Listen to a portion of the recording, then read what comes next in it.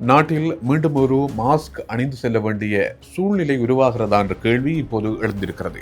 மூளைக்காய்ச்சல் தொடர்பான நோய் அறிகுறிகளுடன் நோய் பரவல் ஆரம்பித்திருக்கிறது. இது தொடர்பாக சுகாதார அமைச்சு பல நடவடிக்கைகளை எடுத்திருக்கிறது.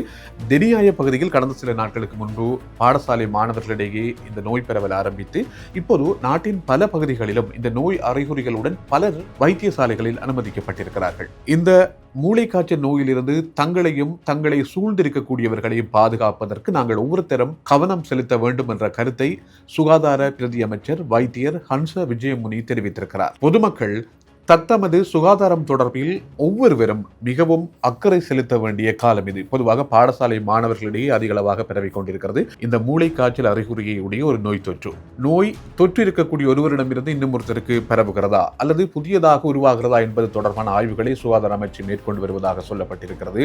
இருந்தாலும் கூட இந்த வைரஸ் தொடர்பில் மிக முக்கியமான ஆய்வுகள் மேற்கொள்ளப்பட்டுக் கொண்டிருக்கிறது. பொதுவாக இந்த மூளைக்காய்ச்சல் நோய் என்று சொல்லப்படுகின்ற இந்த வைரஸினுடைய அறிகுறிகளாக காய்ச்சல், தலைவலி, அதே போன்று வாந்தி, குமட்டல், கழுத்து பகுதி விரைப்பு, அதே போன்று சூரிய வெளிச்சத்தை நேரடியாக கண்களால் பார்க்க முடியாத ஒரு பிரச்சனை காணப்படும். இவ்வாறான நோய் அறிகுறி இருந்தால் நீங்கள் உடனடியாக அருகில் உள்ள வைத்தியசாலையை நாடுங்கள் என்ற செய்தியும் சொல்லப்பட்டிருக்கிறது. அதே நேரம் இந்த மூளைக்காய்ச்சலுக்கான நோய் எவ்வாறு பரவுகிறது?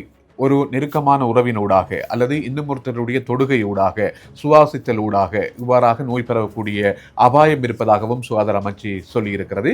இந்த நோயை கட்டுப்பாட்டுக்குள் கொண்டு வருவதற்காகவும் அல்லது இந்த நோய் பரவலை குறைத்துக் கொள்வதற்காகவும் பல முயற்சிகள் மேற்கொள்ளப்படுகிறது. நீங்கள் பாதுகாப்பாக இருக்க வேண்டுமாக இருந்தால் பொது பாதுகாப்பில் ஈடுபடும் போது முகக்கவசம் அணிந்து உங்களுடைய பயணங்களை மேற்கொள்ளுங்கள், அல்லது கொதித்தாறிய அல்லது வடிகட்டப்பட்ட சுத்தமான நீரை அருந்துங்கள். இவ்வாறான முன்னெச்சரிக்கை நடவடிக்கைகளினூடாக இந்த மூளைக்காய்ச்சல் நோய் பரவலை கட்டுப்படுத்தலாம் என்ற செய்தியையும் சுகாதார அமைச்சு தெரிவித்திருக்கிறது.